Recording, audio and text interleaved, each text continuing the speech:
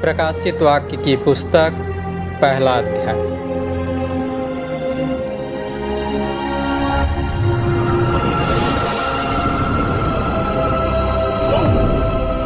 प्रभु ने अपना सामर्थ्य का परिचय दिया। प्रकाशित वाक्य की पुस्तक 2 से 3 अध्याय। 7 कलीसियाओं की जानकारी प्रभु ने इन दोनों अध्यायों में दी। कलीसिया मसीह की देह है। कलीसिया स्वर्ग का द्वार है। आज की वीडियो में पवित्र आत्मा स्वर्ग और नरक का द्वार दिखाने वाला है।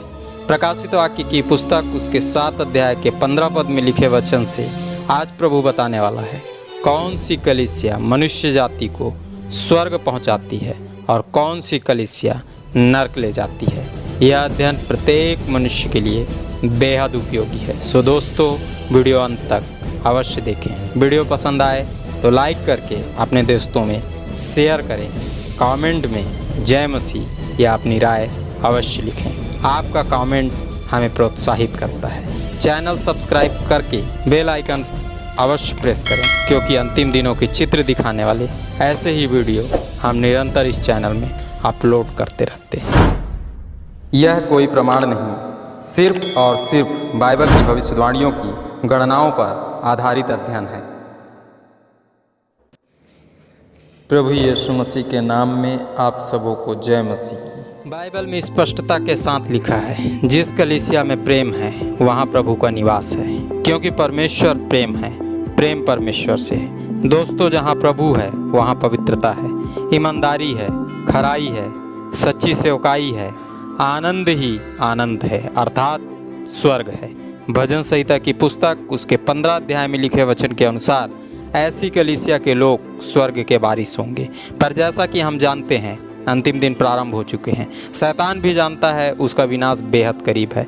इन दिनों शैतान का पूरा प्रयास है कलीसियाओं से प्रेम को समाप्त करके उन्हें नरक का द्वार बना दे। जो विश्वासी है, प्रभु का वचन पढ़ते हैं, वे जानते हैं प्रकाशित वाक्य की पुस्तक में सबसे पहले प्रभु ने इफिसुस की कलीसिया के द्वारा संकेत दिया है, इफिसुस की कलीसिया के द्वारा सचेत किया है। अंतिम दिनों में सभी कलीसियाएं सतर्क रहें, प्रेम की कमी न आने दें। अंतिम दिन में आने वाली पीड़ाओं का शिकार वे बनेंगे जो प्रभु की सुरक्षा से दूर हैं। सो लाल घोड़ा और लाल सवार उनके हृदयों से प्रेम समाप्त करेगा जिन्होंने प्रभु के क्रूस को रौंद दिया है, जिन्होंने पश्चाताप नहीं किया, मन नहीं फिराया। सो मसीह की कलीसियाओं को स्मरण रखना है, उसे नरक का नहीं पर स्वर्ग का द्वार बना है। जिन कलीसियाओं में आज भी निकलइयों की शिक्षा पाई जाती है, उनसे प्रभु कहना चाहता है, अभी भी अवसर है, मन फिराओ, इस बुरी शिक्षा का त्याग करो, वरना जब प्रभु वापस आएगा तब ऐसी कलीसियाओं के दीवट को उसके स्थान से हटा देगा। अर्थात ऐसी कलीसियाएं अपने लोगों के साथ नरक की भागीदार बन सकती हैं। पिछले भाग में हमने जाना मसीह को मानने वाले लोग स्वयं पर आई परेशानियों और बीमारियों को विश्वास और प्रार्थनाओं के द्वारा दूर भगा सकते हैं, प्रभु यीशु मसीह की आशीष प्राप्त कर सकते हैं और तो और स्वर्ग पहुंचकर परमेश्वर के तंबू में निवास कर सकते हैं। अर्थात उन्हें प्रभु स्वयं अपनी सुरक्षा प्रदान करेगा।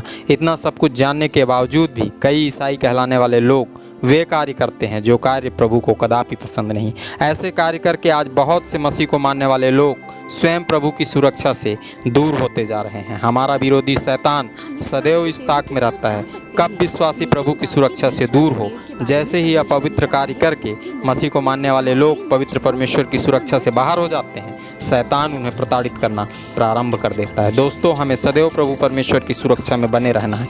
हमें लोगों के लिए नरक का नहीं पर स्वर्ग का द्वार बनना है। सो आइए प्रार्थना करें और आगे का महत्वपूर्ण अध्ययन समझने के लिए का प्रयास करें। आइए प्रार्थना करें। धन्यवाद सर्वशक्तिमान पिता परमेश्वर, जब आज के अध्ययन के द्वारा हम प्रभु जी सीखना चाहते हैं कौन सी कलीसिया स्वर्ग का द्वार बन सकती है और कौन सी कलीसिया नरक का द्वार बन सकती है, तो इस अंतर के भेद को प्रभु हमें समझने की सामर्थ्य दे, ताकि परमेश्वर पिता हम और हमारी कलीसिया लोगों के लिए नरक का नहीं पर स्वर्ग का द्वार बन सके। तेरा धन्यवाद, तूने प्रार्थना सुना, यीशु के नाम से मांगते हैं, आमीन।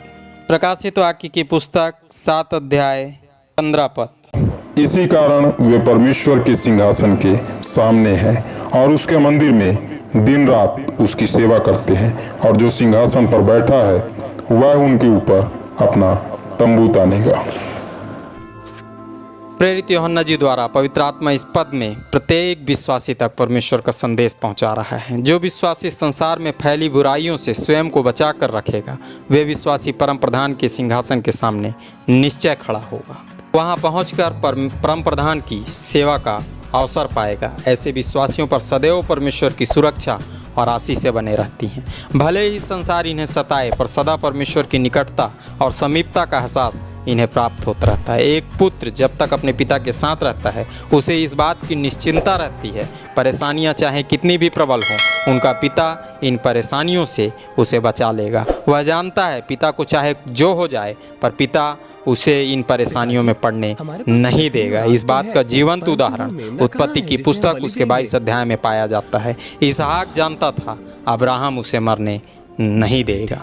प्रकाशित वाक्य की पुस्तक में प्रभु ने स्मुरना की कलीसिया के द्वारा जो संदेश भेजा, उस संदेश से हमें इन अंतिम दिनों में शिक्षा मिलती है। जिस कलीसिया में प्रेम की कमी नहीं होगी, जिस कलीसिया में प्रभु की उपस्थिति बनी रहेगी, उस कलीसिया के लोग भले ही आज गरीब हैं, पर बहुत ही जल्दी प्रभु की महिमा के धन से धनवान होने वाले हैं। आने वाले दिनों में जब 5वीं मोहर खुलेगी, धार्मिक अंधों द्वारा कलीसियाएं सताई जाएंगी, हमारे अपने हमें धोखा देंगे, महासभाओं में सौंपेंगे, हमारी निंदा होगी, जेल खानों में डाला जाएगा, तब ये सभी प्रताड़नाएं हमारे लिए आशीष का कारण बन जाएंगी। हमें स्वर्गीय स्थान प्राप्त होगा।